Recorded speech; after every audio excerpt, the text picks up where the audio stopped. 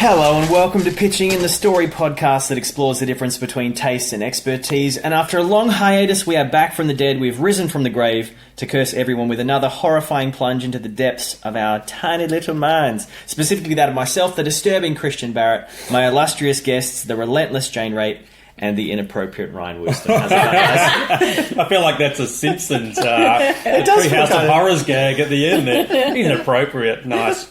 Happy with that. So I'm not quite sure what I mean by me being disturbing, but I'll take it. Relentless certainly suits Jane, I think. I think what I was thinking is, like, if we were horror monsters or villains or something, I'd be disturbing. I think I'd be like Robin Williams in Insomnia or something like that, where I'm like, the photo frame, the 1 hour photo. Yeah. Oh, like super creepy. I think I'd be some kind of a stalker, like, because I'd just be like one like narrow-minded, just like one goal, just go. I would say because we haven't seen you for a while, you're the Invisible Man. So that's pretty good. That's pretty good. And the Invisible Man story is quite dark. It's kind of like that. He's kind of like brooding. a tortured loner. Yes. Okay, I'll be that. Okay. And then in my mind, so there's a classic story that I won't go too much into it because it's your story, Jane. But there's a classic story that you've told me about of your own concoction, where there is a very relentless female character who is definitely, I would say, a horror character. She is, yeah. And so I have, in my mind, that's kind of the real you in the horror world. I think so. Like this kind of this like powerful, vengeful, mysterious kind of creepy. You're definitely in kind of a slasher film or some kind of a vengeance kind of slasher thing. Yeah, all based on revenge. Yes. Oh, yes. Right. Yeah. But like that, she's like this relentless monster that you kind of, but like they're relentless and they just go around and they have their targets and they kill these people. Yeah. But she's one of the ones where you kind of go, but I can see what she means. Do you know what I mean? She's got a point. And they're the best / worst. They're the best villains. Yeah. Where you go, they kind of have a point. They're just doing it in a really evil way. It's like Dexter. Have a point. Can I request we change seats? Because I'm a little unnerved that I know this is too. And then I think, this will be interesting. Going on to Ryan. Well, I'm only just thinking of this now. It's like, why did I say? And like, I think you would be. You would be the one who enjoys... You're like the ultimate Schadenfreude villain, where you enjoy the pain of others and you just sit back and like you're almost like a mastermind. Oh, I think a lot of people in my life would agree with that. Because whenever we're talking about writing, you talk about like plates spinning and I feel like you could be like you're like the grand master of like all the cogs working in a gigantic evil plan, something like that. So you're like the mastermind that isn't necessarily. You're the one that we find out at the end is the real villain. Can I then be Vincent Price in House on Haunted Hill? Because he sets that up, it all up in motion to speak with people. I'm happy to be Vincent Price then, because that's that story's about. Yes. Okay. And that actually points something out that's interesting that we'll talk about in a sec. I don't really understand that reference because I haven't seen that hoping film. Someone does. But I know who Vincent Price is, and I have a there's imagery of who he is and what that means, and because of other stuff that I've been involved in with you, I think I know what you're talking about. Remember I rewrote that jokingly like play version of that, and we were all in it, and there's a lot about that to it, where he pulls all the strings of all the people for his own nefarious needs. Yes, so I can definitely see that being... That's a writer thing. Maybe that's a writer thing, because you're always... Well, that's what it is with me, because it's the kind of loner, like getting disturbed in your own head kind of loner writer thing. That's where I'll be.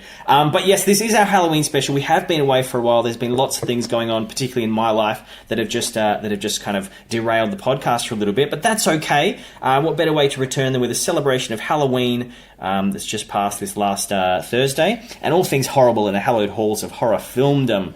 Across the show, we'll be discussing what makes a good horror film. We'll be just talking about some subgenres, our horror favourites. We'll talk a bit about Halloween itself. And we're even going to try some horrifying pitches as well down the track. Ryan's got a couple of challenges for us. We've also got a group challenge. It's going to be really, really cool. But because this podcast is all about sort of transparency and accountability, one of the things we always like to do at the beginning is just give you a quick rundown of who we are, our kind of our writing experience, and the kind of the storytelling preferences we have. So as for me, I've gone through film school. I'm very much into writing films and that kind of thing. I've most recently been working on kids' books as well. And as far as my preferences, Horror is not one of my favourite genres. I enjoy horror, but it's quite far away from my typical films that I love the most. Are kind of the, not necessarily family films, but the 4-quadrant films that kind of everybody can enjoy. You know, that kind of thing. That's at the top of my list of. I feel like we've dragged him kicking and screaming into the horror. No, I haven't. It's like that episode we were talking about Treehouse of Horrors. It's like when Homer's sitting outside and Bart and Lisa are telling scary stories. I feel like he's Homer sitting outside the cubby. The thing. Part of the reason we'll go into it. Part of the reason I'm not massively into horror is because almost none of it scares me. I don't find it scary. I find very, very few films scary, and I'm very interested in finding out why that is for me and about why you guys find stuff we scary. need to find out what scares you then. Yes, very interesting. Just what a loner serial killer would say. Nothing scares I was just saying, are you disturbing? That's right. Exactly right. But yes, let's maybe Ryan next with you, like just your background and your preferences. I'm a writer as well. I started writing particularly around the age of 25, I think. I started writing short horror scripts to start it off with. My first script was called The Landing, so it was a short horror for 20-something pages. So I'm a massive fan of horror. I'm currently working on a series with these guys, which is a lot of fun. Hopefully we start filming again soon. And I've written 2 horror novels, and I'm editing one at the moment. So I'm going back through. It's quite a scary process to return to the first page of a 400-page book and go, hey, let's start this again. First, like a couple of years after you first started? I wrote 2 in 3.5 years, and I was teeing up which one I wanted to choose. I think I was speaking to Jane the other day, and I wasn't sure which one I wanted to choose, and I chose the first one. So going back, that's probably 2.5 years ago when I originally wrote that, in probably about an 8-month period. Okay. So going back to it's a long Diving gap. back into your mind from that long ago. Yeah, well, I like the concept, but it's going back and going, this is awful, and then you're like, this is good. So I enjoy writing, and horror is my thing. It is. So horror is probably your favourite genre? Yeah, because I love comedy and horror, as you know, and I find them very, very similar. Very similar to write, because they write to punchlines and writing to a shock and a scare, or you're writing and to a joke. And the relief of horror and the relief of comedy, I think, are similar. Yeah, and the payoff. Like you get a the payoff's there, and so that's my 2 things. Nice. Handball over Jane, to you. what about you? What about your kind of background and then your horror, your preferences and stuff? Okay, so my background, I always wanted to be a writer since I was a little girl. I think my first work was a book called Liang Gwen and the Wood of Dreams. That's cool. It was a bit of a fantasy novel. Hang on, what age were you when you came up with that name? It was little. I've still got it. It's tiny, clever. but I called it a novel. Cool. I think I was in year 5. I like those names of those kind of things. Yeah. So, and she had a dog, which was based on my dog Buffy, and that was her. Great dog name. Yeah, great dog name. Before Buffy the Vampire Slayer, may I say? Right, okay. He used to bite people. Lawsuit. Just realised your T-shirt is Halloween coloured, Jane. It is a little. Yeah, orange and black. Yep. Someone said Charlie Brown as well. All right. I bet you guys can tell. So that was, it started early, but then I realised script writing is what I wanted to do. And I do like live theatre, but I do like film. I love them both. And horror is definitely, I think, my favourite genre, and I love comedy. Yeah. But I have to say, sad movies are horror to me. I can't get over them, and I get too upset. So for me, watching a sad movie is like watching a scary movie to someone who doesn't like scary movies. So in terms of how sort of, I'm going to say traumatising, but like how intense they are for you and post-traumatic stress from Steel Magnolias. So does that mean you avoid watching sad movies? I do. Definitely. Okay. So like Old Yeller would be your Cujo. Oh my gosh. It's too sad. I can't 2 movies I haven't seen. Once again, I understand the references. I'm going to keep throwing out the most obscure horror references. Keep them coming. One of the only reasons I understand a lot of horror references is The Simpsons. Like that's it from them. That I know what Cujo even is, that I know what Old Yeller is. Like, man, that's so interesting. I love spooky films, ghosts, aliens. Yeah. You know, I don't like too much gore though. Yeah, it needs to have a reason. A good reason. Me too. Yeah. Well, guys, that is a bit of a cross section of it. So I'm definitely the like the novice, the horror novice, the person with much less horror experience.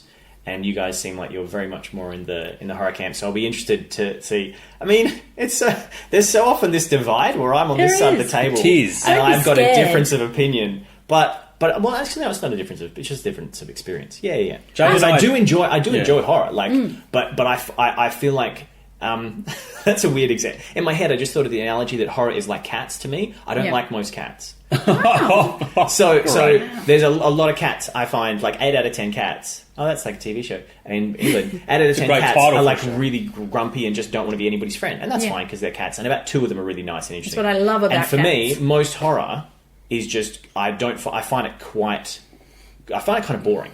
Because it's not about anything. Okay. And interestingly, you guys recommend to me. I asked you. I was like, any films that I should check out? Being one of the ones who like hasn't seen so much horror. And this week I was talking to Ryan. I watched about at least 7, 8, maybe 10 horror movies to try and just beef up my background a bit.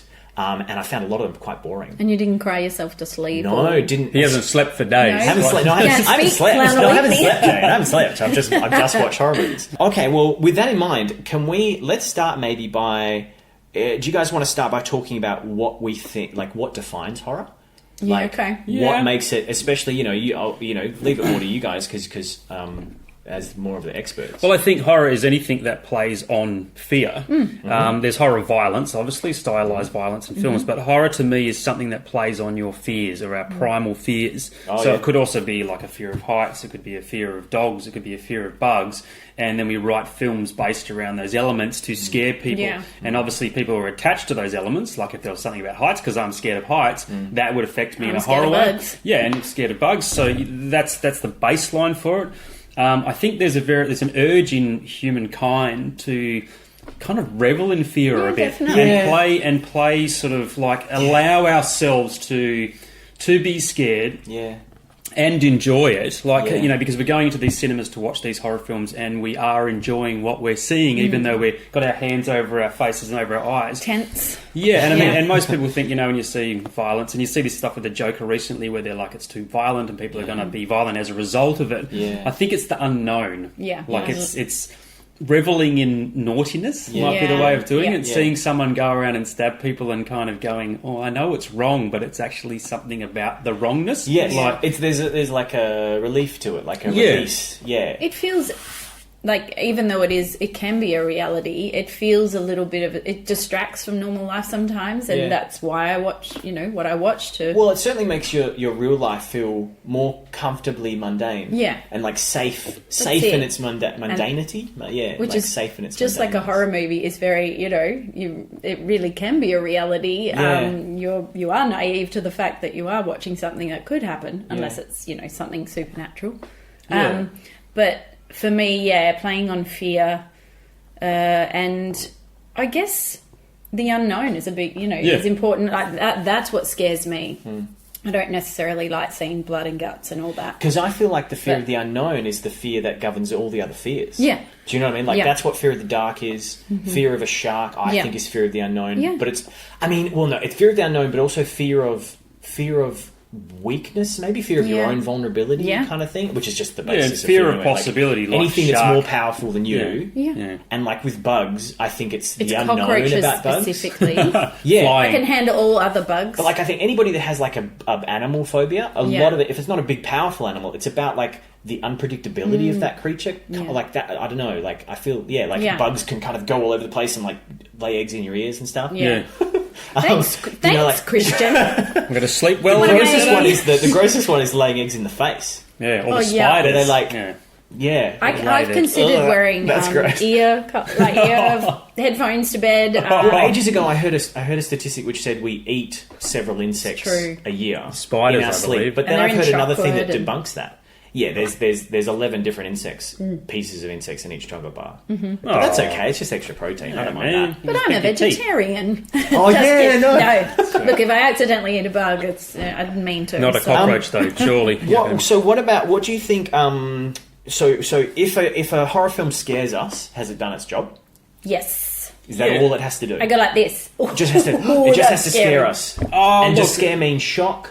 Does scare mean creep out? Does scare mean disturb? Like, I think when you cover your eyes, when you cover your eyes, I think it's doing its job. Like when you or when you get that chill, and I giggle. I'm like, this is scary. She's wringing her hands, and I'm like, they did it. They went and did that, and it's so they pushed a boundary. They pushed a boundary. That's interesting. Yeah, and I mean, The Sixth Sense did that for me. We've Yes. discussed this previously, but that definitely did for me. But so many films have, and it just seems to get better and better lately. I think we're starting to really raise the bar with horror. It can't just be a cheap Halloween. I think so. No offense, because I totally enjoyed those movies as a kid, but it needs they've got depth. Yeah. They've got a lot more depth to a lot them more depth than I remember. because it is that deep. It's the fear within. It needs to be. Yeah, and I feel like maybe just on the whole, maybe we're just becoming, because there's so much content, we're becoming more sophisticated. At least at the top end of it. Series like some as of it's well. still rubbish at the bottom end, but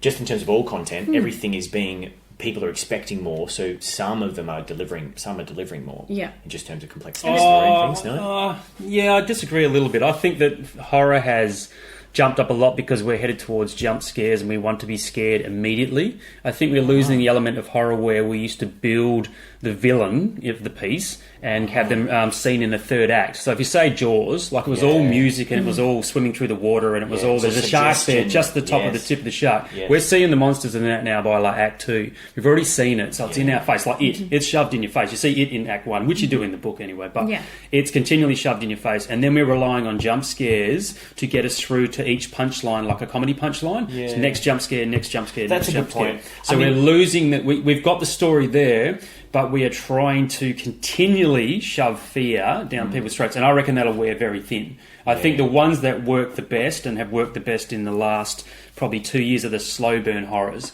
that build the characters to such a point that we go, we actually like these people, and then we throw them into turmoil and we're like, shit, we don't want to lose any of these guys. It's really sad when you see bad stuff happen, and that to me is... There are lots of good versions of that out currently. So like we've had Quiet Place is one of those. Quiet Place. We had Hereditary. We've had, even though Hereditary sort of took a bank at the end. Yeah, of it, Hereditary didn't. I found it disturbing, but it built the characters well, Yeah. particularly like the son. And the stuff he goes through. Yeah. They are built well to a point. And even The Ritual, which is really cool, is a Netflix film I really enjoyed this year. But we are sort of, I think we're. Like I talk about popcorn horror, when I spoke about that before about popcorn horror. We are in between that now, I think, of trying to be too clever with horror and doing all these its and that and blowing them out and making the story too big. And we're not, and we're getting saws and remakes and remakes and remakes. So we're not really landing like the original Nightmare on Elm Street again. There's nothing at the moment that feels to me we're falling into line with those. And that to me was like popcorn horror from sort of the 80s, I think. Yeah.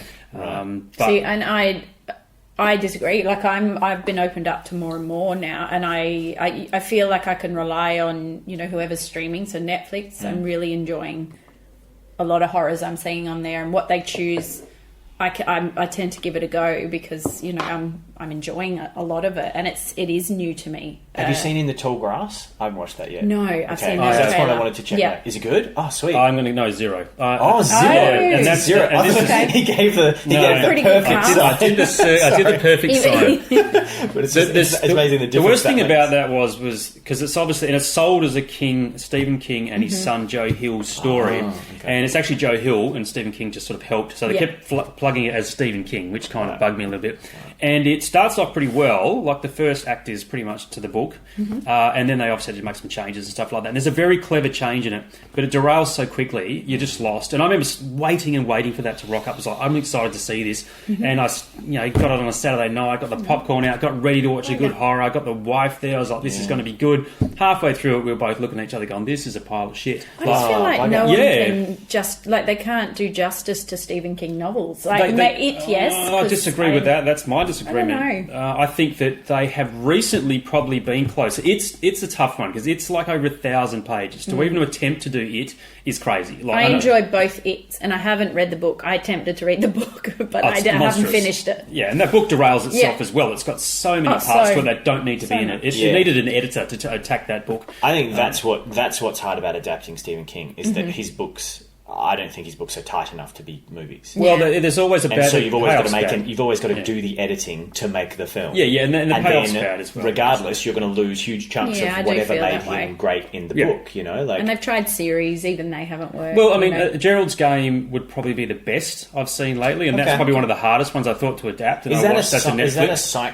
psychological thriller? Yeah, kind of. That's the reason I haven't really. But it's got some wicked horror elements. I'm not a fan. It's worth watching. It's got some because it just seems like it's like stalker or what's it called, Stockholm syndrome horror, and I'm like, I don't really like. It's a person trapped in a box. It's the old school story. It's basically it's like Saw but with one less person. It's the same element of it, and the story itself is layered to hell, and they've done really well with that. 1922, which is another Netflix one, which was directed by Zach Hilditch, and that's got pretty damn good. That's another. Is that a Stephen King book? Stephen King and novella. It's got Tom Jane. Thomas Jane, and well done, and like I said, Perth guy that's done it. So really good. Sticks closely to the source material, which I like. Yeah. Christine is brilliant.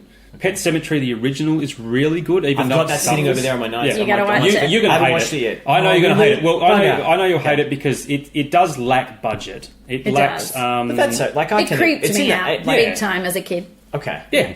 It's and you've got but I am able to I'm not that hard on budget. I don't think I'm able to look at it and go, okay, when was it made? What were they going for? And I try to judge it on what it's trying to do. Yeah, I think it rounds itself off quite nice from the book. I think the elements there. Plus, you got Herman Munster in it. Let's be honest. I know. That's cool. Yeah, that classic moment. Judd Crandall, brilliant casting, and yes. Trying to see John Lithgow attempt Judd Crandall, I was trying to block everything out of my head in the remake, and I could not get that character. It's all about Herman Munster. It's just so good in the original.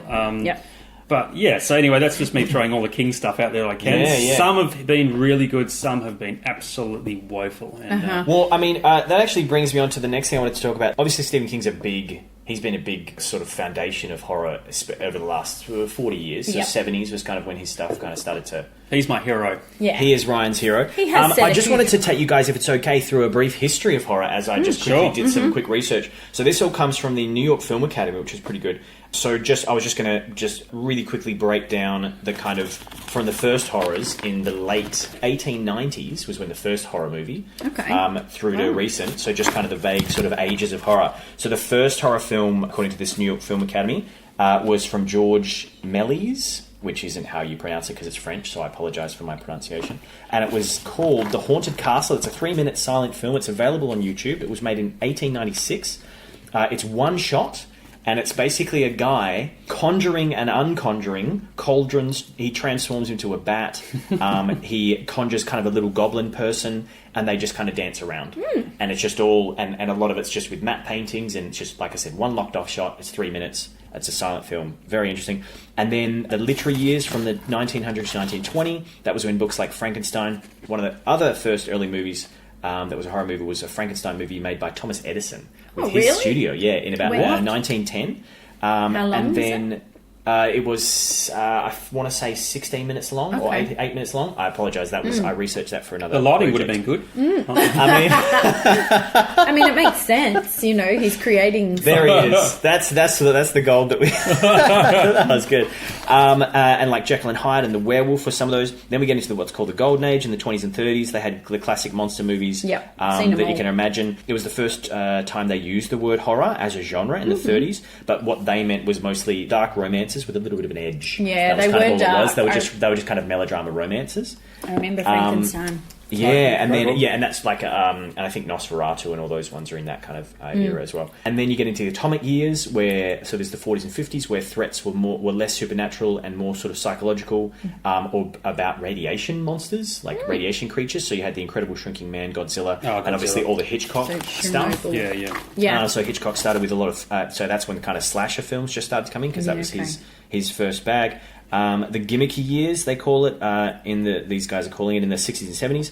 They tried 3D glasses, electric buzzers installed into theatre seats. They paid stooges in the audience to scream and pretend to faint. All just to try to keep people scared. But much cheaper films started to be made, including a lot of the Romero stuff, but that also kicked off, the Night of the Living Dead was his first one in 1968, that kicked off the zombie genre. And then you get into the occult years, which is the 70s and 80s, all the supernatural stuff, and the two biggest ones of those were The Omen and The Exorcist, apparently. They were like the kind of kickstarted the like possession and kind of, so demonic possession and like children being the stars of horror all of a sudden. The Exorcist. And also The Shining was a big part of that, and then you had a few more zombies, 70s, like Dawn of the Dead and Day of the Dead. And then you get into the 80s, which is the slasher years, Halloween, Friday the 13th, Nightmare on Elm Street. And then these guys, New York Film School, call this the doldrums of the 90s, which are like the parodies, like Scream, the Scream franchise. Yeah. And also kind of CGI monsters like Anaconda and those kind of ones. Okay. And then you get into the 2000s, where you've got a big zombie resurgence, like Resident Evil, the Dawn of the Dead remake, I Am Legend, Zombieland. And then into the torture porn, which is Saw, Hostel, and Human Centipede. Yeah. That brings us up to kind of now. Do you guys want to have a guess at, so this is according to Wikipedia, how many horror subgenres there are? God. How many subgenres? Okay, So of the horror, kind of okay. subgenres you can imagine, action, comedy, holiday? Okay. Oh, yeah, okay. But yeah, I probably won't go through them all, but yeah. I'm I've not got 4 in my head. So there's a lot. Wait, there's more. There's a lot. There'd be like, There's more than a dozen. okay, so it'd be like 30. It's according to these guys, it's 19.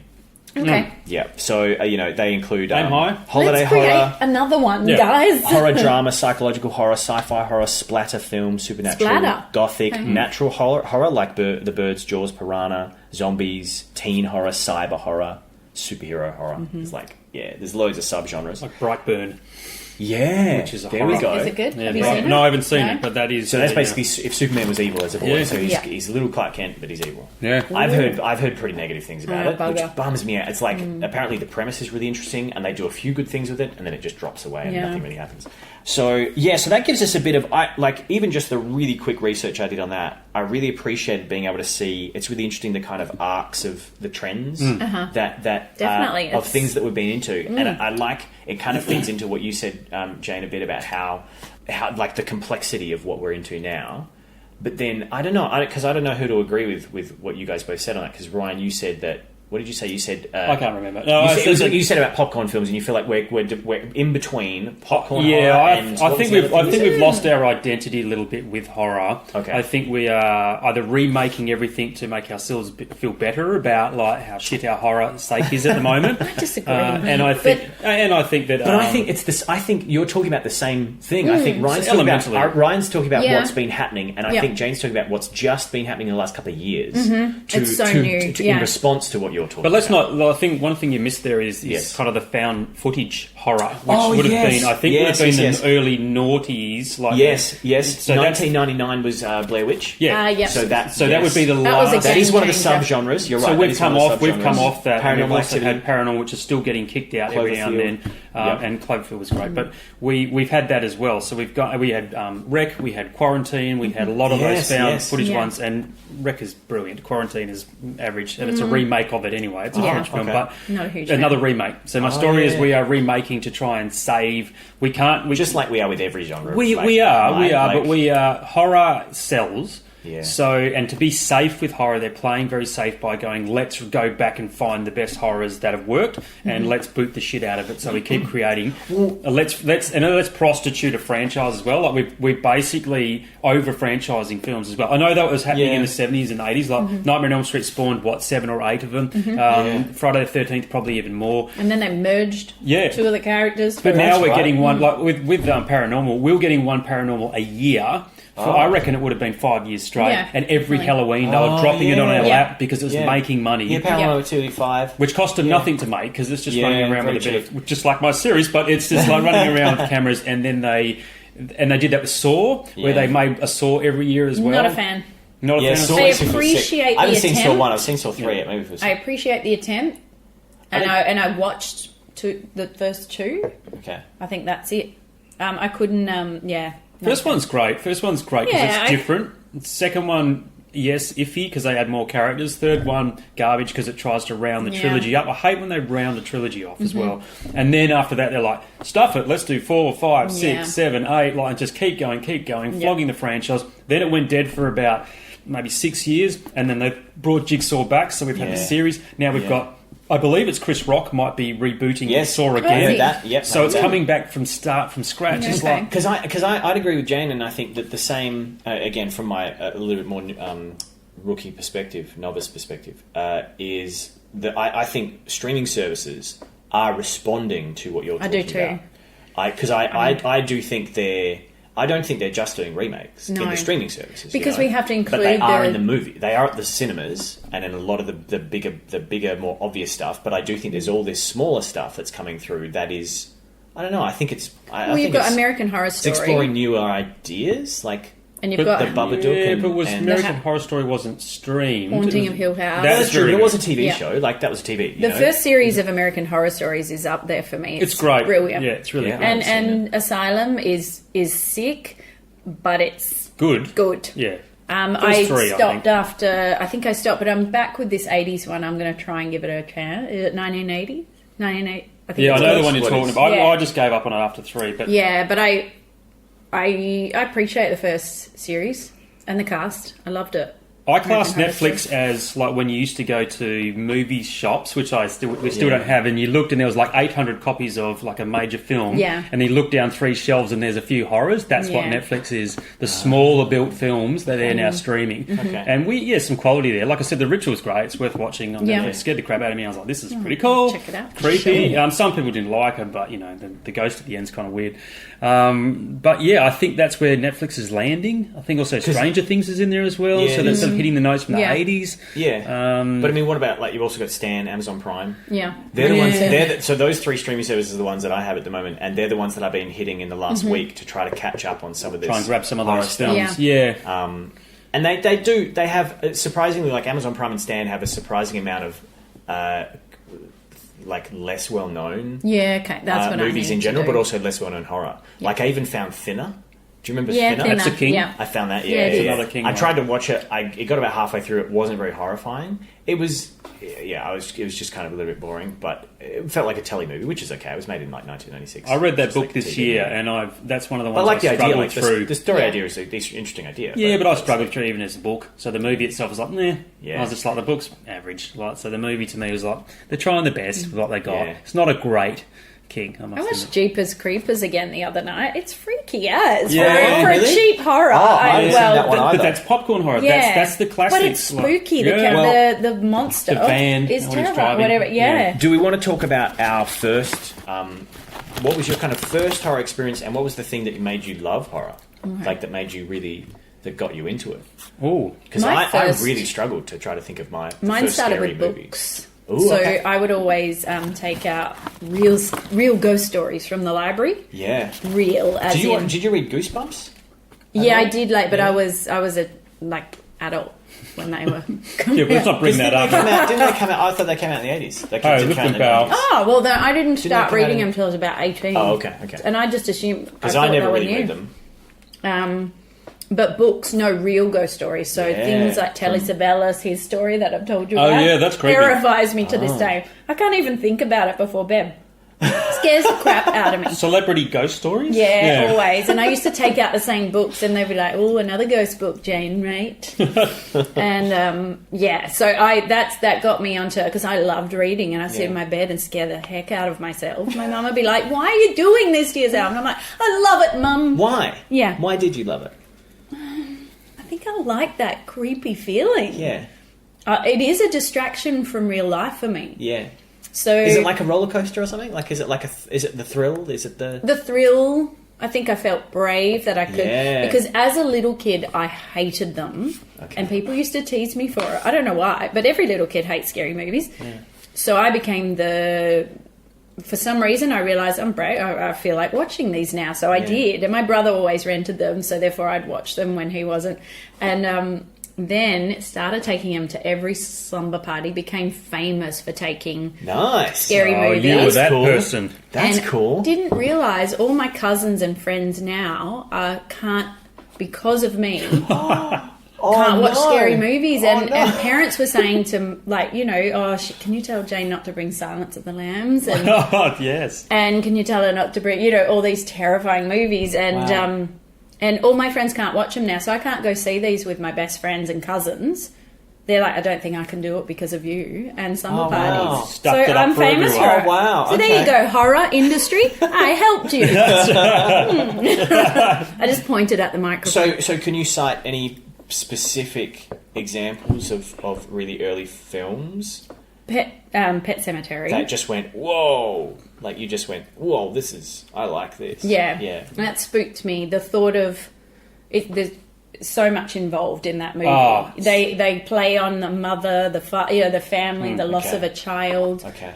Bring horror into it, the resurrection. I'm bummed that I didn't get to watch it. That was one of the ones that I rented, but I I'm didn't get to probably watch. giving No, you that's too okay. many I'm just trying to spoilers. forget. I'm just trying to. King talks about it being the hardest book he's written. It would be and it's the one that scared him of his own story. It is scary, Okay. Yeah. because That's cool. it gets into the heart and soul of a family, and Totally. That's cool. and the even the cat side of it. Damn, you know? that cat. Yeah. That cat, like, it's Church. creepy. Yeah. And every time I look at all of my cats that I've had over the years, I'm like, ooh.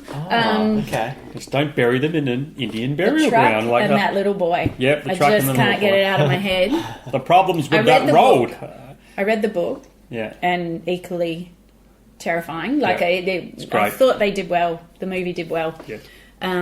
Is that mid 80s? Early 80s? 82 or something? Might have been 90. Oh, no. No? I don't I feel know. like I was in year Yeah, maybe you're right. Maybe 8. you're right. Very late 80s, possibly. Is it Pascal? Is that his Yeah, name? Victor Pascal. Yeah, He's the scared me. ghost. He's terrifying. The case is damaged at the back, so there's Oh, no we date can't on see. it. Oh, well. I can't see the date.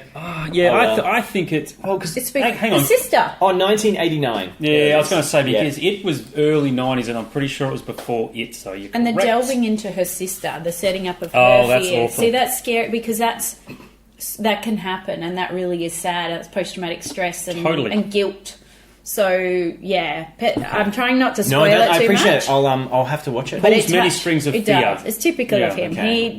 He knows how to write a horror. He does. Well, And not so much of late, but he did know, particularly when he was high, they were very good. the more simple stories he wrote were the better Yeah, ones. correct. He should have, like you say, it needs to be edited. But it definitely plays on all those Oh, terrifying. Great.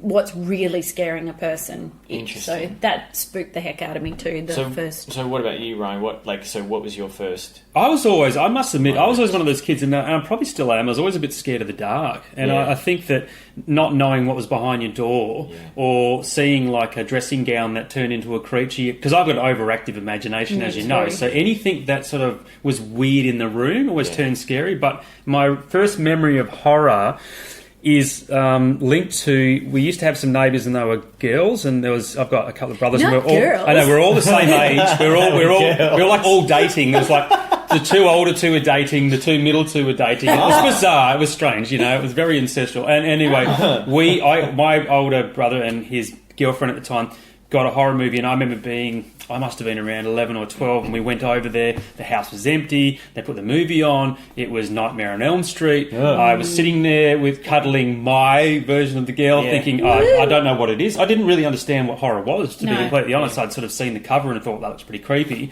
I reckon I got probably about half an hour into it before I legged it. I remember and legged it home. Like I left the girl. Well, because I'd never seen violence like that. Like when he slashes open one of the people's guts with his claw, I was just like, holy shit. Like, I'd seen things as a kid, just bits and pieces of telly movies and that scared me, but this was real. This is viscerally real in my brain. And and I legged it and I left, and I remember sort of having nights staying up thinking about Freddy Krueger, as anyone did probably of that time period, coming to haunt your dreams and be part of, if you went to sleep. You want to go to sleep. Wow. And stupidly, after that, not learning anything from that, I decided to watch more and more and more horror films. And for some reason now, it's like I've watched so many that, like a bit like you, I don't get scared, but I love it when I do. Like I actually want to be scared again. I'm like, bravo, you did Yes. it. Yes. Like a jump I scare is understand different that. because a jump scare would be like you being on one side of the door and me opening the door and going, hey, and you go, oh shit, like that's a jump scare. It's very hard to not. I want to be led into a trail of fear. I think if you don't jump scare, That's a line right there. I want to be led led into into a a trail of fear. Well, I do. I want you to lay down the breadcrumbs or whatever, and I want to follow it, and then I want to get You're caught the off girl guard. who goes outside when she shouldn't. But I want that. is a noise. Hello? Hello? And they always go upstairs. Like, Is anyone there? Always. And when you're upstairs, you got to jump out a window to get why would away. you go- There's no getting down those Go stairs climb again. down the tree. You gotta- Climb They down talk the about it in the screen, but as soon as you hear someone call upstairs, you're like, I'm the fuck out of here. Like, you leave, go and get your neighbour. Go and run out in the streets and go, there's a maniac up the top. Yeah. We need 50 people. Yeah. Everyone get together, then we'll go See, up. and that's I mean, yeah, that's kind of one of the... We might talk about that a bit later. Yeah, but just having a joke with that. But yeah, so my horror experiences were based around that as a young age. And I think I was also brought up with quite a religious taint in my life. Yeah. So we did Sunday school and that. And all that doom and gloom of like the devil and spirits and all that did have a big impact on me. And now as I've got older, I actually have read a lot about it and delved into it more to understand what I was being scared about when I was a kid. Yeah. And I mean, I reckon spiritual stuff scares me more than monsters or anything. Anything that's linked to ghosts that could possibly be real, anything that's linked to demons and that. So it's not so much horror, but it's the supernatural horror. It's what your mind has conjured up. It's that thought of your greatest fears are the spooky demon, something that's in your... But there's still possibly that stuff, in my mind, exists. Oh, totally. It's probably the only, like a scary clown, like ghost clown or whatever, no. But a legitimate ghost girl, possibly true. So, and a lot of people don't believe in ghosts. I kind of do. As you know, with my series, I wrote it based around ghost hunters. It's not a deep belief, but I know there's something. There's just something that spooks me enough to keep me believing there is something. But the same with that religious upbringing, always speaking about spirits and they were considered real and they will visit you, and that scared me a lot until I realised that I didn't believe it and was like, you have no power over me, I can't go. So I found my own love for the spirit world. To me, and especially in my last couple of weeks of kind of research, I'll call it, the ghost movies are the ones that scare me the least, because not only can the ghosts do almost nothing to you, but ghosts are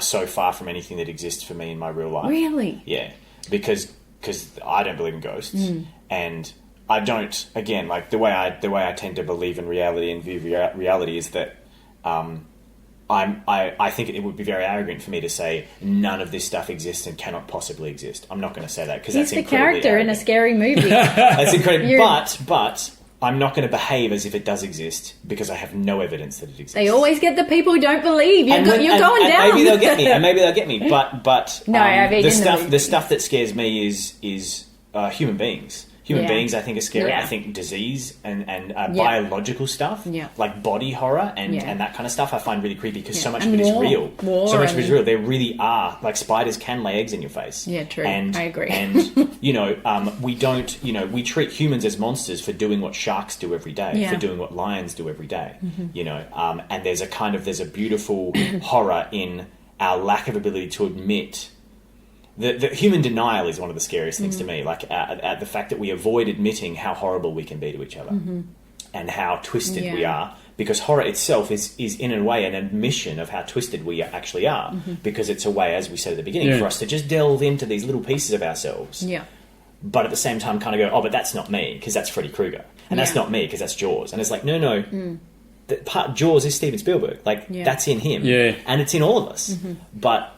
it's like people who say, oh, I want to get rid of all swear words. I'm like, no, swear words are really important because they're an acknowledgement of the edge of what we will acceptably do with each other. And they're very important. And in the same way, horror, I think, is really important because it represents the edge of what we consider to be acceptable and appropriate in society. And it allows us to entertain those ideas just through thought experiments and things like that without actually doing it, which is a very healthy way to get rid of those demons, like to express that stuff. Yeah.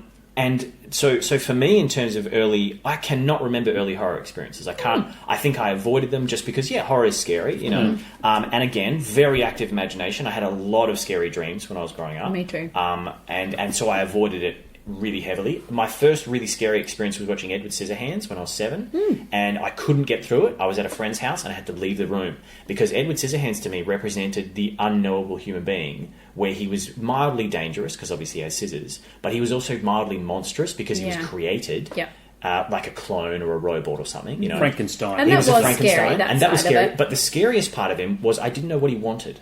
And just having that face, that eyebrowless, I realise it's because he doesn't have eyebrows, eyebrowless Johnny Depp coming out, you're going, That's scary. And you're like, what are you? What do you want from me? What do you expect? What are you going to do to me? I was on the reverse of that. Scared the crap out of me, and I still haven't been able, I probably could now, but I haven't been able to go back and watch Edward Scissorhands. Okay, it was one of my favourite because films. it just scares the crap out of me.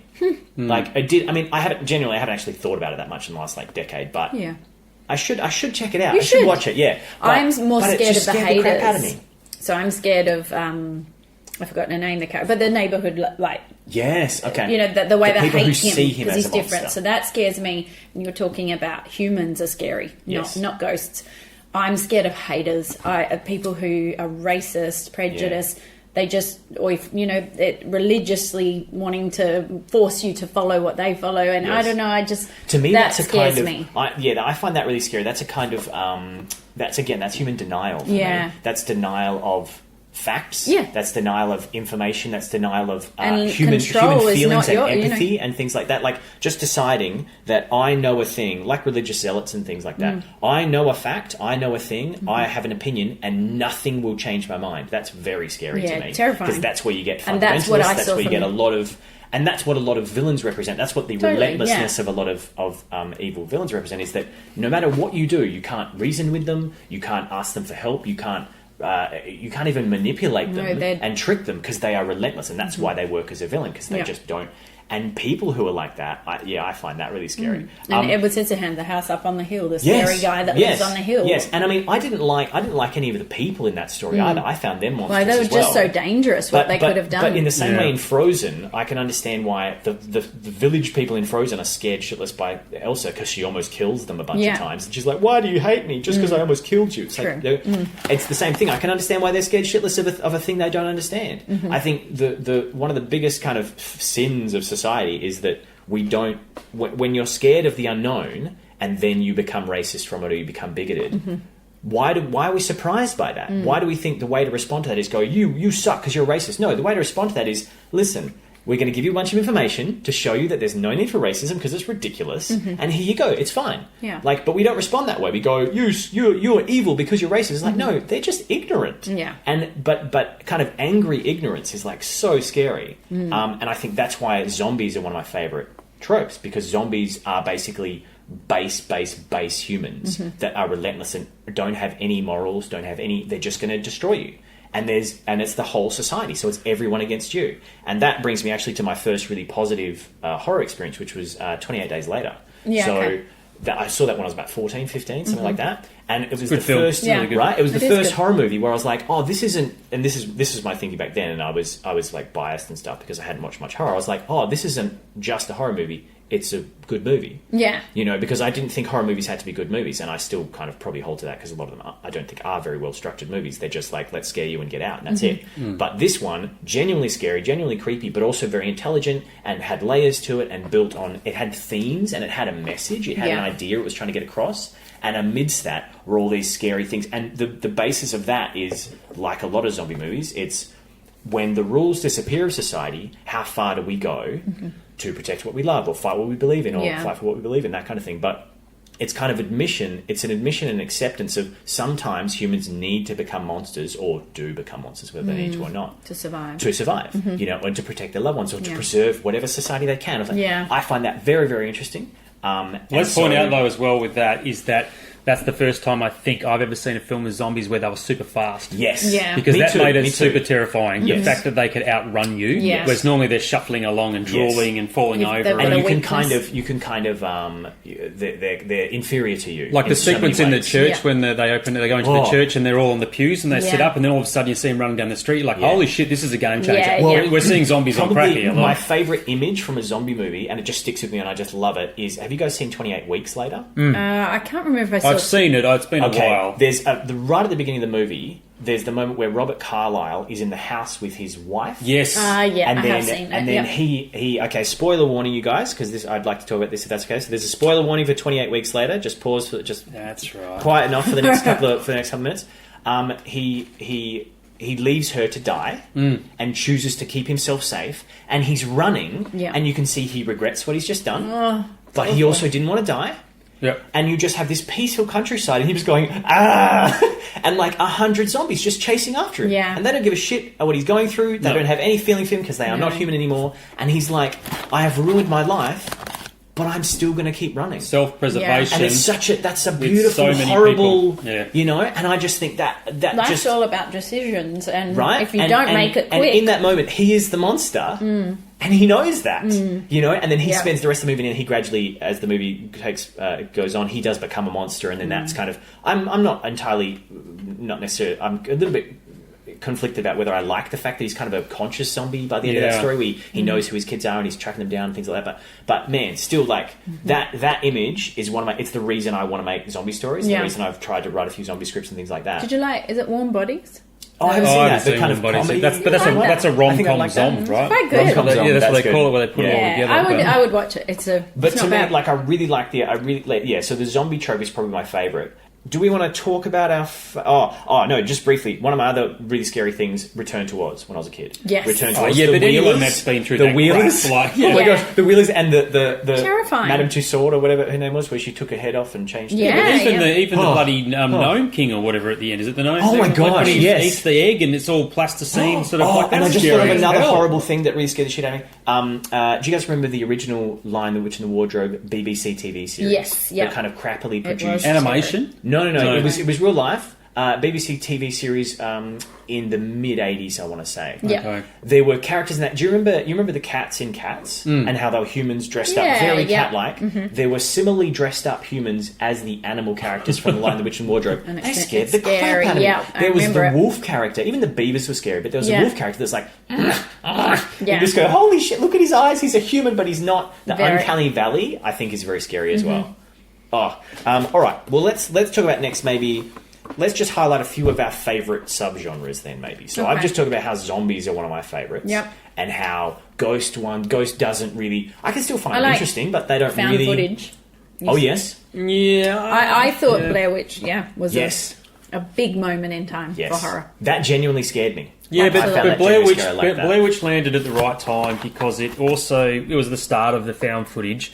The film is not great. I tried to go back and watch it. It's not actually very good. But at that time, we hadn't experienced anything like that properly as found footage. Really played on me. It frightened me. And they'd sold that film as it being true, Well, I that's believe, what- before it hit the For cinemas. ages, for like a year. So it cost them, what, $10,000 they The put marketing around that and bunch the of info Matrix. on the internet. Do you remember how the marketing for that and the Matrix both lasted like a year? Yeah. And they set up all this stuff around Blair Witch, and then I remember they did the same thing with the Matrix. Just what is the Matrix? What is the Matrix? Yeah. And all these Yeah. websites and stuff, to the point where Yeah. everyone was just like, "What the hell is this?" Yeah. And then Yeah. that made that crested a wave on both of those It did. movies. They It was made very like impressive.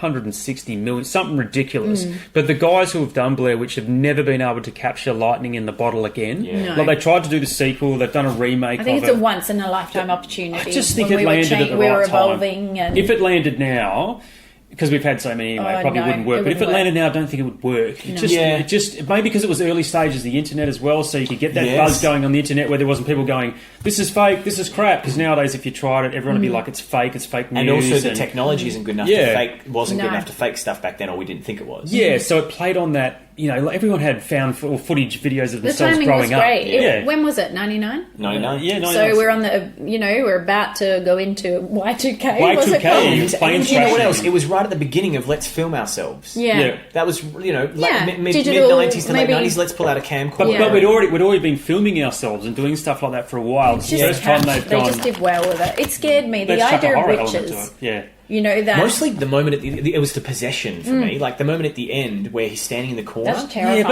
but that's pretty scary. I didn't get that. Because it all came to a head. I was like, he's standing in the corner, he's doing what the legend said. Yeah. And I felt everyone's like they were writing the script on the run. Like I felt Okay, like that so- element with that Yes. bit at the end. I know there's a change up with the actors because the original. There's a spoiler alert again. Anyone that Oh yeah, hasn't spoiler seen alert this, for Blair Witch. was because originally it wasn't supposed to be the first guy that disappears. I think it's Josh. Yeah, it is. He wasn't supposed to go. It was supposed to be Ben, but the actress and the Ben character didn't get along much during the filming. So Okay. the director was like, "Cool, let's keep those two together and get rid of the one guy Yeah, everyone okay. likes." And it caused a lot of friction. And I believe that that it led towards changing the ending a little bit. Because apparently there wasn't really a script. There Yeah. was like a 30-page treatment, and they did a lot of improv with the actors. Yeah, and they yeah. also didn't tell the actors When they were didn't- coming and- When they were coming, yeah. they didn't tell the actors a lot of the stuff. So a lot of it's relatively or more It'd be naturalistic. spooky. because It'd be of a that, yeah. spooky set. But it would have also put a lot of stress, I think, on the actors. We organised a a screening, not live, in the bush down the back of someone's property. So there was we were able to have electricity. This screening was terrifying because we made the stick like we shouldn't have. Oh, no. I felt bad making. I was like, oh, Yeah, like are you being offensive yeah. So to we're something? hanging Yeah, them from no. the trees, and Yeah, man. it was terrifying. There's a fire and big screen that we put up. So and good. Everyone was freaking out. Again, I terrified people. Yes. Yeah. Yes. Man, you're good at that. I'm good at scaring people without knowing that I'm scaring people. Do you guys have favourite subgenres that you say? For me, it'd be body horror. Like, that creeps me out. Like The Fly. Really cool. Oh, yeah. I like The Fly. Yep. Yeah. The idea of, like, So humans becoming something else that they don't mean to. Oh, my gosh. Have you seen The Fountain? Oh, There's a is that scene Hugh in The Jackman Fountain. film? Yes, I it's a haven't Hugh Jackman. It's seen Darren it. Aronofsky. He puts a horror elements into his films, Yeah, but they're okay. not really horror. No. But what about District 9? Where, again, spoiler guys, District 9, where have you guys seen District 9? Yeah. I think so. Where the main yeah. character gradually becomes... No? I think He I started have. to turn. I feel like I know It what we- you're saying. returns, where you're becoming the thing you hate or the monster right. that you Yeah, fear. yeah. That's a beautiful, awful, kind of gross... Yeah, that's So really interesting what to was me. the genre? The Body horror. it's Body called. horror. Yeah. I Like don't know. Cronenberg is big body horror. I guy. mean, yeah. mine is I don't like psychological thrillers. I like an element. I love when they're putting forward this is a psychological thriller and it ends up being all real. It isn't. okay. It's all what it is. Like Okay. you set up, and the twist is that it is real. Do you have it like So no some monster examples? based. Do you mean Well, I like guess Sixth Sense the or- Sixth Sense. Okay. The way you kind of. Well, it is. I don't know. Yeah, Because I really like M. Night Shyamalan's those early movies. Oh, Me I'm too, a big yeah. fan of But those. then he just I just and Signs. I know we're crossing over I here, like but the Signs. way he just goes, Oh, that's awful. "Yep, Oh, we're it's going to great. show The this tension in it alien. is fantastic. This alien is real. I'm going to show you. Yes. There it is. The kid caught it The on. thing I can understand why people don't like Signs is that it blends two types of magic, as we were Mm. saying. There's like some rules that say you can't use two types of magic. So he's got aliens and God. Yeah. So he's got like spiritual coincidence and aliens. I'm like, yeah, I can understand why think people it's that doesn't genius. gel with people. And the but I really casting like it, and- and the directing is fantastic. Yeah, it The is. It's shot good. work is The fantastic. chopping those. I Spoiler also alert! enjoy- Chopping those fingers off. What do you guys think of The Village? I also really enjoyed The Village. That's I like good. it. Yeah, I think Yeah? it's good. Yeah, I enjoy Because that. people said, "Oh, it's crap," because It's again, predictable. spoilers. Before the end, you realise that the I can't remember the guy's name, but Adrian Brody, you realise he's Yeah. the monster. And The villainous but to thing. me, that's scarier. It's Joaquin when in he's both, dressed isn't it? up.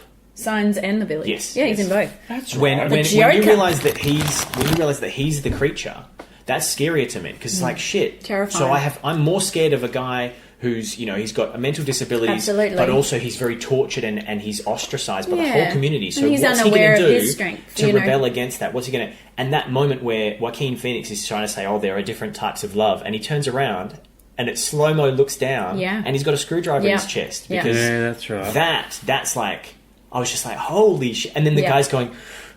And he's like freaked out. That unpredictability of humanity That's is really what's good scary. about That's those what when I films. write a lot of stuff, I use that element as you're saying about creatures, where it's not the creature under the bed; it's the creature that sleeps in it, which is meaning That's humankind, good. and that's what That's I use good. all the Okay. time. Elementally, That's is really like cool. we do create creatures under our bed to scare us, Yes. but we actually are more scary than anything we could Yes, ever because create. we're trying to put it outside That's of right. ourselves Yep. so that we feel, oh no, we're okay. That's right. Yeah. So that's how I write a lot. That's what I use as my element. Is like That's really cool. create the person that's scarier than the monster. And when Yeah. the monster turns up, you're like, but this guy's worse. Yeah. And that's why the monster's there. Possibly the monster's just come in to clean up house. Yeah. So I use that. I think I've completely lost track of where we were going. We were trying we're to talking come about up with genres, what genre, but subgenres. I Oh, didn't okay, know. so me. Mine is all about the unknown. Look, I love sci-fi horror because I look back on my faves and a lot of them are sci-fi horror. Okay. Because it's not just the alien concept as well. I love like Event Horizon's a great example. Yeah, it's a good one. You know, it is It's So it's so intense. It's so I'm intense. gonna watch that again. I haven't seen it in Yeah, ages. but it's aged. It's aged poorly, It's but- like, holy shit.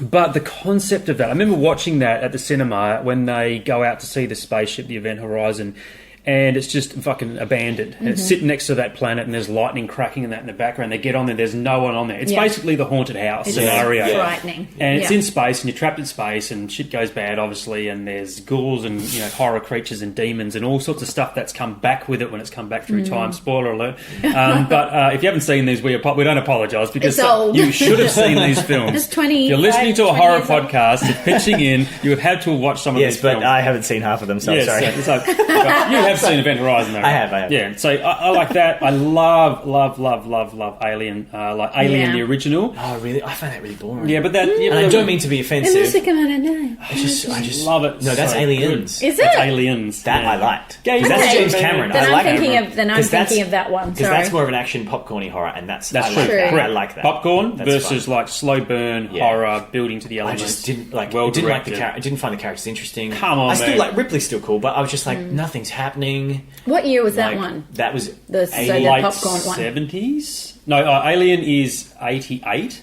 Okay. Aliens is 88. Alien is... Is it like 3 or something? Yeah, something like that. I don't want to get it wrong, but it's around that time period. I'm pretty sure, because I remember when Aliens came out, I'm pretty sure it's 88. But I love both those films because you can watch them separately.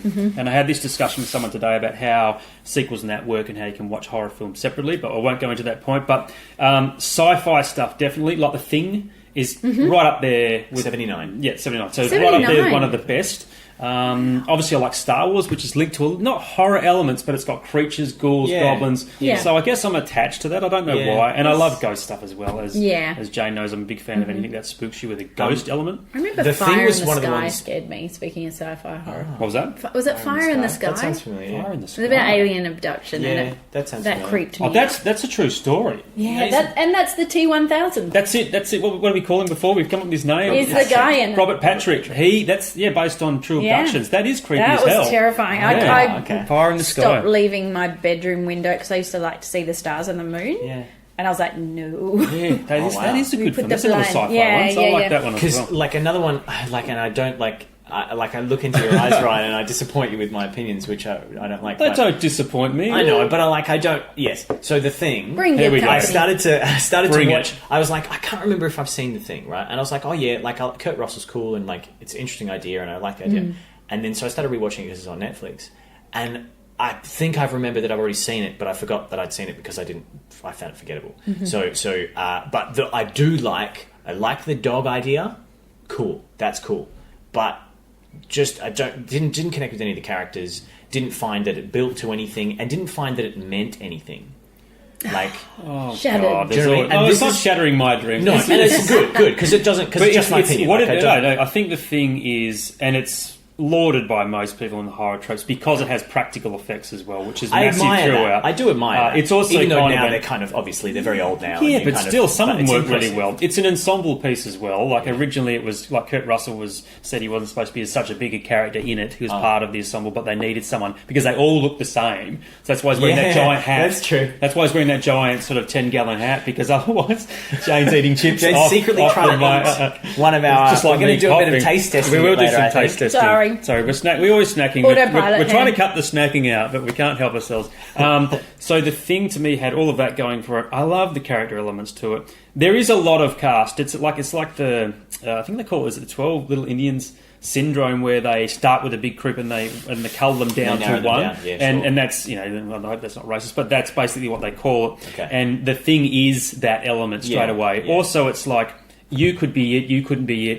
Yes. And it's all the trouble. That's, They're all. and that's the thing. yeah. Like to me, like I like that premise. I think it's a really cool premise. They're all friends at the start. I goes just to don't. shit. I don't remember, and I'm always willing to be proven wrong. I don't remember them saying anything interesting with that idea. I think it doesn't. The only thing The Thing doesn't do, and even the prequel didn't do properly, was answer some of the questions about the thing itself and why it landed on Earth, or why. And even the prequel, everyone's like, "Oh, we'll get the answers to it," and they didn't do it either. I went, you know what? It's kind of let's stick to the same concept. And that they remade it- the thing, right? No, it was a prequel. So basically, yeah. the prequel takes place at the station they go to in the old one. That station is Because the I think story. I've seen that as With Joel I think I've Edgerton seen- and yes, all I've that. seen that Yeah, as well. Yes, that's great. It's and it's got all the special effects. Actually, yeah, and I think I found that I enjoyed that decent enough. Like that was all right. Yeah, Like once again, they got moments of it, but they just didn't answer a few little questions for the Thing fanatics out there. But look, they both of them are great. You can watch them back to back, and they actually match up nicely because the that's cool. dog leaves the prequel and At the ends end. up at the That's new cool. one, and the helicopter that's coming is the helicopter That's leaving cool. the first film, which is just brilliant. Yeah. And I really enjoy both those films, but I think. I don't know. And it was, I think, is it thing R? It is. MA or It R? is. Yeah, I think it is. So once again, it was that, and there was some mad practical effects. I mean, like the guy getting his arms bitten off, the other guy picking the other guy up by his head and like eating his head, and like all the spindly arm stuff is pretty just impressive. like, and this is coming from someone who dressed up as the Thing characters for Halloween with his that's children. right. That's right. I didn't actually Very cool. I told my kids we were dressing up as the Thing characters. They're quite young, my boys. I didn't tell them anything about the film. They haven't watched it, so don't write in. But I didn't tell them they were Parenting. horrifically murdered in the film. But I figured out afterwards that my character actually killed one of them as well. But anyway, it was all for a laugh, and everyone liked it. When you're a true horror lover, I think that's okay. I've dragged my kids along. Yeah, you're allowed to drag kids in. that's right. For my own, my own needs. Well, there were a lot of Pennywise costumes on kids this year. Georgies. Lots of Georgies. Yeah, lots of Georgies. There was a whole family who did Pennywise, I saw. Oh, God. It's terrifying. The new Pennywise or the old Pennywise? The new. So I think the old is hard to he did it so well. I had a mate do it at my 21st, and it was an absolute cracker. He had Really? the whole The old costume one? made, and it's Wow. brilliant. Like, did all the makeup and everything, fantastic. So good. I'm a bigger fan of the original Pennywise, but yes, you can buy the newer Pennywise costumes pretty easily on eBay. And Have you guys seen the new It? No. No, we won't. That was part of our dilemma. We saw part one, and we never got to see part two. I'm disappointed in myself that I haven't seen it. Because I've seen it. So A friend asked me to see it, and I was like, Nice. okay, I'll do that. Have you seen the first one? Yes. Well, that would have been it'd be handy if you'd Because seen the the first one. originals. I haven't seen the it's like a original. I've just mini-series. seen the first and The second. original is so I've seen the scary. first and second of the new one. Second He's one going to goes. chew up the original. I feel like the original, the new one gonna is chew like it up. Yeah, I what know. Rob Zombie would do. But that's With Tim that Curry, script. right? Tim Curry. The beauty of the original It was Tim Terrifying. Curry. Yeah, that's Tim what I Curry suspect. is Brilliant. it. How many? It was a miniseries. It was a mini. Yeah, it's about 4.5 Can't sleep, hours. clown will eat me. Yeah. Tim Curry is that Oh, is that clown. what that's no, from? it's just he's the Joke clown. linked to that a little bit. No, that's Bart that's right, Simpson. 'cause that's But Bart Simpson still, talking about that's the- how he would just wave. Touch Bob. Waving was Well, he enough. didn't have any. He didn't have the special A effects. balloon and a wave Yeah. was enough They to didn't have it. terrify you for the rest of your entire life. They had no budget, so the series was like shoot in. But basically, I know with Tim Curry, it was just all his face and his mannerisms. It's curryness all over. His smile and his moments in the film are just so wonderful and so quotable. Yeah. I know the new guy is great as well, but he has everything at his disposal. Yeah, the and he's costumes got- over the top. Yeah. He does the The eye thing technical, himself. He does. modern That's cool. technology. But He every does the time he face. transforms and Yeah, stuff, the it's CGI is gorgeous. there to Yeah. create him bigger and So you've scarier. seen the first one Yeah. of the new? Yeah. Yeah, okay. Yeah. All right. Don't spoiler it. No, I won't. But I apologise because I Spoiler was like, I No, wanted that's to fine. see it with That's you okay. guys, and then my friend was really desperate to see it. So I was Real like, all right, piece of work. Real piece of He'll work. edit and later and then go, spoiler it to right. I'm looking forward to it. I'm going to try and see if I can find a cinema that still has Surely it's out before Christmas it. released. Yeah, you would think. Oh, I want to Yeah. see it in the cinema. Well, because they'll make money if they sell it before Christmas. I reckon it'll be out. Yeah. It's my yeah. feeling. So something that I noticed. So among the movies that I watched this week for the first time were Wolf Creek, The Conjuring, Insidious, Wolf Creek. Friday the 13th. I started to watch The Thing. Insidious. Started Cool. to. Yes, and then just remember. What a bad attitude. You did But your- I did. I tried, and I there was a couple others that I watched that I can't recall. that you at couldn't this watch time. because you were too scared. No. But like, I don't know. I just find them as a. So this is me as a less of a horror fan speaking to horror fans, right? Sure. So Wolf Creek to me was disturbing and gross, but not scary So disturbing. because and it's gross. totally believable and it's based on a true story. It's terrifying in the way that it could happen, and it probably, but it's also very. Sorry, no. No, that's fine. I'm just saying, I cut you off first, so it's a regular cut-off going on here. Can I cut everyone off yeah, now? go on. Oh go, gosh, go. I can't believe it. I might eat a bunch of crunchy Pringles. No, Wolf Creek, disturbing.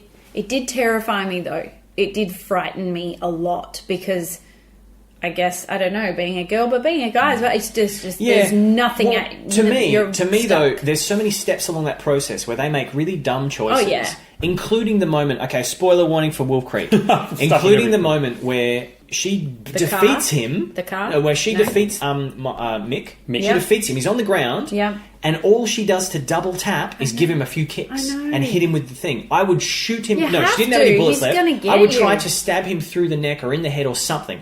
Her friend has almost been raped. Her friend has been tortured. Yeah. I would not be. He has tried to kill us. Yeah. And as two women out in the there's dead outback, I bodies. would make sure that he was dead. I would just separate parts of him from other parts. Mobilise him. I wouldn't just go, I hope it's okay. There's like one or two chances, including you go back again when he's helping them with the car. That just the fact that he is willing to tow them all the way back to his house, but he laughs when they say, "Are you going to charge us?" Yeah. That doesn't make sense, and it doesn't make sense as a character motivation.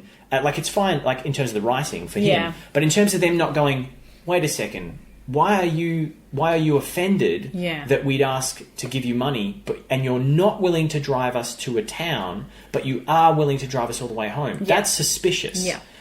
It just represents, and the fact that he's like laughing like that and like, "Oh, come on, give it." I'd go like, "All right, well, don't worry about it. Thank you very much." Yeah. Like, that's not, if he isn't as the savior willing to go, "Whatever you guys need, I know I'm just a random guy. Whatever you need to make you feel comfortable, I'm genuinely here to help. So to prove that, I will do whatever you need to make you feel comfortable. Do you want me to go and get someone else? I'll do that." If he was genuine, that's the kind of stuff he would do, and the fact that he doesn't do that is a big red flag. Yeah.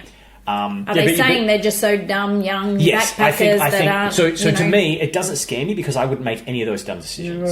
Because I've been in similar situations and I haven't. But then it ceases, like those elements you were saying is it ceases to a degree to stop being horror, because if she did kill that guy straight away, that's making a rational decision. Horror is based on not making the right decisions, and then you get frustrated when they don't. 28 days later also isn't. separating the but in monsters. 28 days later, he does all the things But there's the old going up that the I think stairs. I think I would do. No, Or is that like his the initial- mistakes that he makes are understandable to me. Yeah. And I'm like, even when I would be like, "Oh, I wouldn't do that," I go, "But I can see how he would," and this isn't just the movie needing him to do that.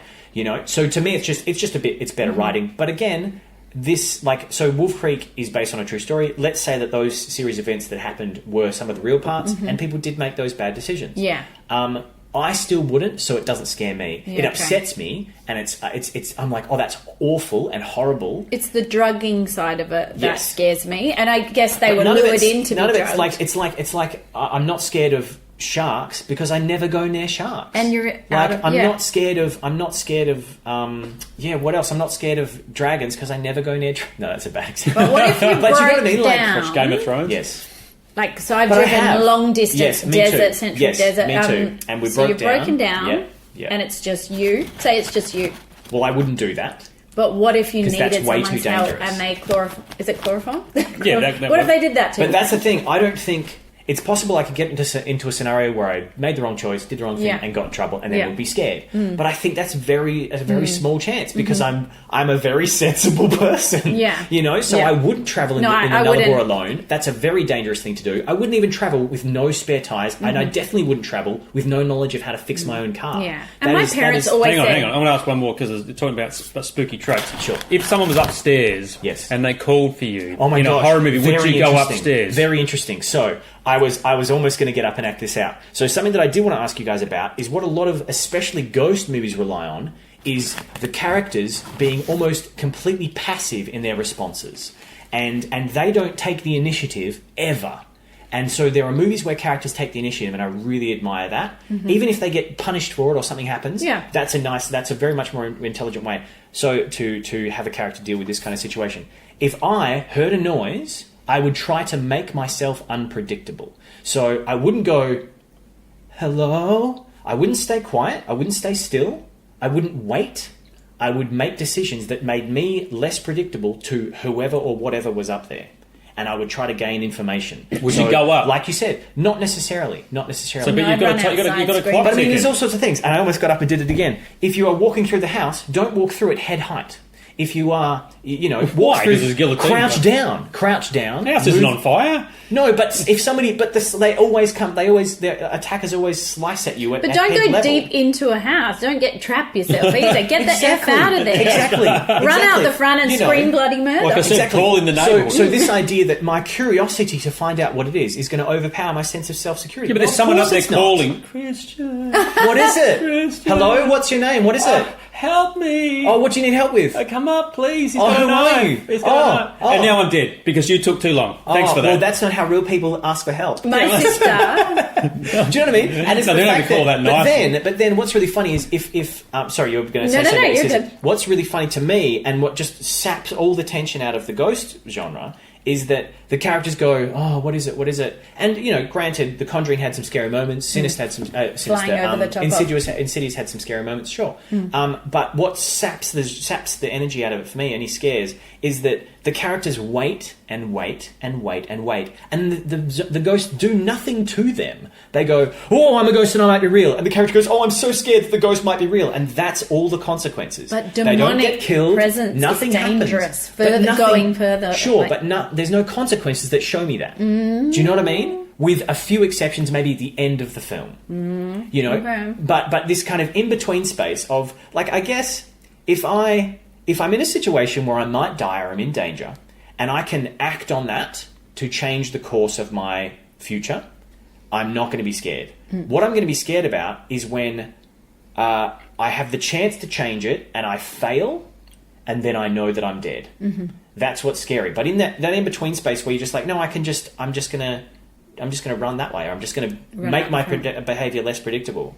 Or, like, what I want people to see a ghost and go, rah, and, like, run at the ghost and see what they do. Because most of the time, ghosts do shit all. It's not Casper. But none of the ghosts do anything to the characters. They don't do anything to them. They possess them, though. They get inside you. They get inside you. You can't get them out. Not in all those movies. Weird things. But why? But why do ghosts wait 6 or 7 or 8 or 9 or 10 or 12 scares before they do that? Because it takes time to possess them. I'm making this up as I go. Exactly. Yeah. Right. But I mean, and I agree. I think that's a good line of reason. There needs to be a certain transaction. But to me, it wouldn't take me 12 scares to realise, I should probably leave this house. I should probably leave. Yeah, but this is the film we're talking about. You have to build in a film. It's not real life. But it needs to feel. But the fact that it's a film, they need to do this for the film. Some of these isn't are a true good enough stories, reason. though. It needs to be. The characters need to be doing it. Because what I liked in The Conjuring was just as I was going, they should just leave. This is done. They should just leave. The experts came in and went, you could leave, but the ghost will follow you because they're possessing you. I was like, I like that. I was like, that's good. That's good because that's the ghost has attached itself. Exactly. We are experts at these shows. We watch these shows and have been for like 15 years since they were available. True. And we didn't know. See, I had to learn. I didn't realise that ghosts were just in the house. Okay. They are following you, so you can move and keep moving. But when you say they are, you've got to get rid of it. But you're talking about this like it's the law. Like this is just in rules movies. It is, but not in all of them. Like some of the ghost movies don't have those rules. These real ghost chasing shows, yes, they all talk about the same thing, and it's about the fact that you're haunted. Okay. It's not the house. Okay. So that's what Insidious is, isn't it? It's the haunted child. So they finally did it right. Not the house. So that lady from The Conjurer is a real woman. The husband-wife team. So that series I was watching. Passed, actually. Yeah, she did. Oh, wow, okay. So I'd been watching a series she was in, The Real Woman. And it was terrifying because they do reenactments. And the beginning of the show, the credits were terrifying. Yeah. But then I started to realise, so this is what they're trying... So it's possession. It's their old exorcist. Like, to me, the zombie example that I gave about 28 Days Later, that's really scary. So you've just done a sin, basically. You've just really shown yourself to be a monster by your choices in a shocking, scary situation, and you're like, who am I? I'm awful. Yeah. And then you've got all these demon, horrible monsters chasing you, and that's who are what just going to zombie get films you. do. To me, that's really scary. Because I've done that. Because I haven't done that horrible a decision, but I've made a horrible decision that has led to somebody else being really embarrassed. So the other day, when I was at work, this is a really small one. The other day I was at work, and at the end of the day where we work, we do a bit of a wipe down of surfaces and clean the area. And it was myself and one of our volunteers. We have volunteers where we work, and it was just us, and I was chatting, and I was thinking about what we were chatting about. And I didn't notice that an area that I'd already cleaned, she was cleaning. Yeah. And she got through 5 of these particular little chairs before I said, oh, sorry, I've already done that. She's like, I've just spent 2 or 3 minutes. She's like, why didn't you tell me? I was like, I'm so sorry. That is a sin. I'm so sorry. And I felt terrible. Yeah. I'm completely lost. So what I'm saying is that was an example of me I just felt like, oh, I've made it. I wasn't paying attention and I made a dumb decision and led to somebody's mild inconvenience, right? Expand that out. Oh, that poor person. And that's exactly right. She had just been like, but she was annoyed at me. Yeah. Because I was like, you didn't I'm have so to take sorry. on Pinhead from Hellraiser. But... No, but so to me, my own fallibility is what's scary. The fact that I know I can make mistakes. And so I suppose when I encounter situations in movies where I go, I would not make that mistake, and I don't think you would either. You're just doing that because this is what the film needs. Then that just punctures it. But that's a different. But that is probably exactly why you don't watch horror stories, because you're not that. That's not how. That doesn't affect you. Real life affects you. Yeah. Not the the unknown's something else, but it's people. But to me, But I suppose to me, the unknown is unknown, and I can't do anything about it. And then it will become known, and then I can probably do something about it. So you're wired differently, just like lots of my family members are, the way they watch, they're not drawn to it. Yeah. They think, oh, that's dumb. But I still like 28 Days Later is generally one of my favourite films. Yeah. Like, which it's fantastic. The zombie genre, that really is different, isn't it? Because watching The Walking Dead. Might be. I really like the zombie genre. I guess there's elements of horror. It just always seems to be a comment on human beings for me. It's a comment on... I agree, how far... And I do find Saw at least interesting in this capacity. How far will humans go when the normal rules of society don't apply? Yeah. And those aspects of any of these films are genuinely really interesting to me. And they do pop up in lots of different subgenres of horror. It's like when you're in a haunted house and it's just you, but you want the money. Like...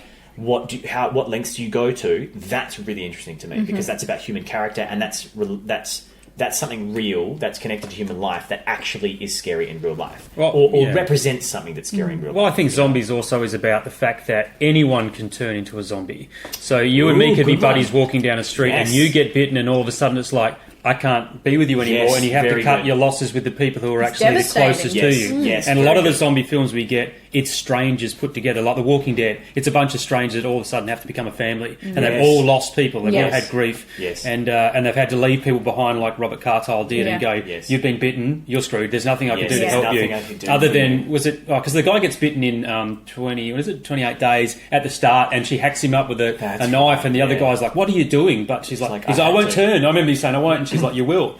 So they chop you up. I think in Walking Dead they remove limbs. Like one guy gets bitten, so they just chop his arm off before the stuff gets in you. But I think that is the primal fear, as well as like anyone can be turned into a zombie.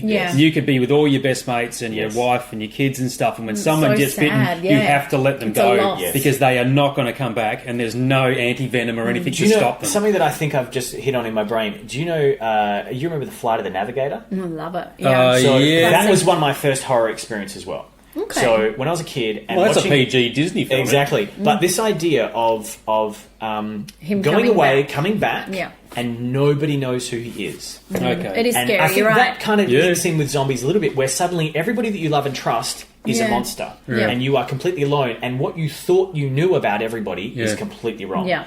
And that idea, like where he's sitting crying in the forest because his younger brother is now his older brother. His parents don't recognise him to the point where they're like, "Get out of our house!" And just like that, I remember having dreams about. It's very Twilight Zone, and it is like a dream. That movie, it feels like a dream. It's weird. It touches on weird things that doesn't piece together the same way real life does, and as it's meant to. And just one last thing I wanted to talk about in terms of tropes and stuff. One of the things I noticed, especially about Friday the 13th, as a for one thing, in Friday the 13th, did they kill a real snake?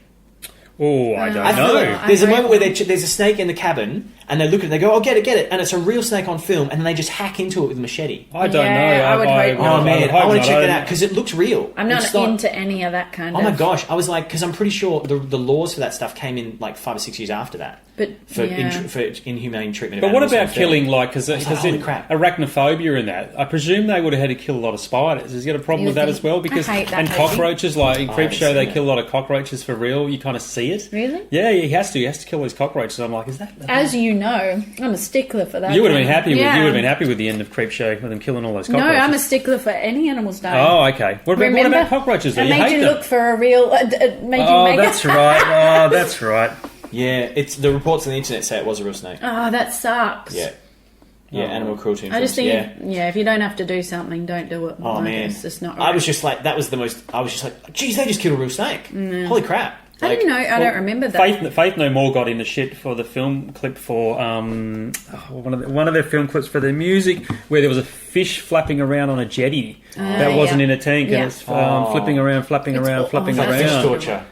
So they got in, that caused a lot of, because the poor fish was just flopping around. I mean, come on, Fave no more. Get a clue. Speaking of things like that humans do that deserve punishment, it's a thread that I kind of came up with is it felt like Friday the 13th was all about punishing people. Mm-hmm. So it punishes. So all the people who are very pure and naive, they get punished. So the character who's hitching rides, she gets punished. Anybody who's getting sexual gets punished. The guy who's anybody who has sex. I mean, that's a very common trope. People who have sex in horror movies get killed, especially 80s. Because there's always time for nookie. Yes, but if there's a guy with an axe, just think through. And it. Even these guys. So there's the kind of jokey character in Friday the 13th. He's kind of perving on them, going like, "No, I wish I had somebody to get it on with." Then he gets killed for kind of his. Can I just, for the record, just say, "Ew"? Yeah, just right. in general. and then he's dead in a bunk bed. Yeah. And Kevin Bacon and the lady friend come in and have sex underneath him. That's right. Ew. Without realising that he's dead in the bunk bed. So and blood they drips didn't through? smell him. Does And then it? That's afterwards, Kevin Bacon's going, he's relaxing with a ciggy and the blood drips on his forehead. Right. Ew. And And then he gets also, dispatched. it's if you don't do what God says, you're going to die. Because people coming in, always in a lot of horror movies, people coming in going, repent, or Religious. God, the end is nigh. God does this. If you Which don't is what I follow talked God- about my childhood. Yes, It's the same thing. very Fear. good, very good Yeah, point. a bit of guilt. So it's like anybody who's indulging or gets too comfortable. It's almost as if you're not afraid, then you're going to be punished for not being scared. If you're too comfortable, we're going to punish you. Firstly, do you kind of agree? Do you feel like I hit on something that is a common trait in these kind of the idea of being punished? I'd say that because I've It's the all punishment to of do- the virginal female was a Yeah. very common trope, and in that's those. all religious. That's all Catholicism. And like, Yeah, I feel like it's very society. It's reflective of society. Like, we don't want young women to be sexually with Eve taking that self-possessed. apple, We want them to be under the thumb, and we want them to be. You better behave, or else you're not a good wife. Like all these really. Well, there's always sexist- there's always a character that was chastened. So there was always ones out there running around doing it, and there was always one that was like the Virgin or Mary that was like that the rest of them white. made fun of. That's right. Yeah. And so not anymore, not people. anymore. They're all into it, but all getting on board. Not happening anymore. But you look at New era. Carrie is the prime example of that, where they, everyone's mucking around and doing their stuff, and but. I think even Nightmare on Elm Street, which Nancy is a character that's kind of a virginal character, and then all the others are all rough and ready to Halloween go. was There's always one. Well, I guess Jamie Lee Curtis maybe along the element. So they're always sort of in the white heroine, the character getting chased around, and, which is what Buffy was a response to. Joss Whedon always says is that he wanted the meek blonde young woman to go into the alley, meet a monster, and then kick its ass. And that's. Did he do the movie of Buffy the Vampire Slayer? He wrote it. It was directed by somebody else, and he famously isn't a big fan And of it. who is it? Alicia Silverstone? No, it was it's Christy Swanson. Christy Swanson. So that's pretty good. I like that. I didn't get into the series. It's fun. It's a bit. It has To me, Luke it's a bit Perry in goofy. it. It's much goofier than I like the fact it's goofy. I liked it too, and it has that song, Divinals. We've got Pee Wee Herman in there. We've got that's Rutger true. Hauer in there. But all the vampires are like.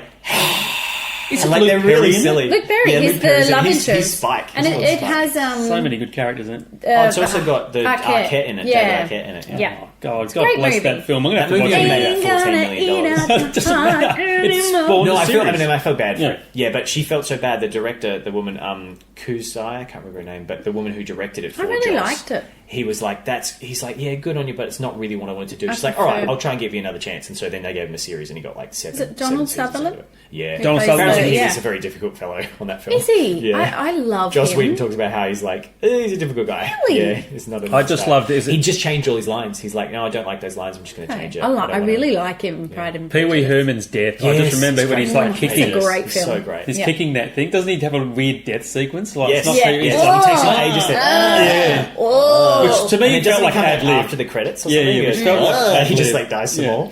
Really Pee Wee good. Herman is in one of my favourite movies of all time, and that's Pee Wee Herman's His name. Big It's not Adventure. Pee Wee Herman. What is his name? It's Didn't Paul he- something. Yes, Yeah. that's right. Paul Sorry, Pee Wee. Daniel. No, Paul it's not Paul Dano. No. I've Daniel. lost Pee it Wee on that Herman. one. I'll look it up. Oh God! Why do we keep coming up with these obscure references and I can't remember them anymore? I'll look him up. Because we're old and our memories are terrible. Like, well, Go on, we're older. Paul Rubens. I didn't find it. I just I got remembered it. Paul close. Rubens. Well, he Happy went days. And that is it for part 1 of The Bloated Corpse. That is our Halloween special 2019. Please tune in again next week for part 2, where we pitch some horrible, horrifying Halloween pictures. Thank you, as always, to my terrible and terrifying co-hosts, Ryan Woosnam and Jane Raitt. Be sure to check out Podbean, iTunes and Facebook for more episodes. My name is Christian Barrett, and until next time, remember that kindness can be critical.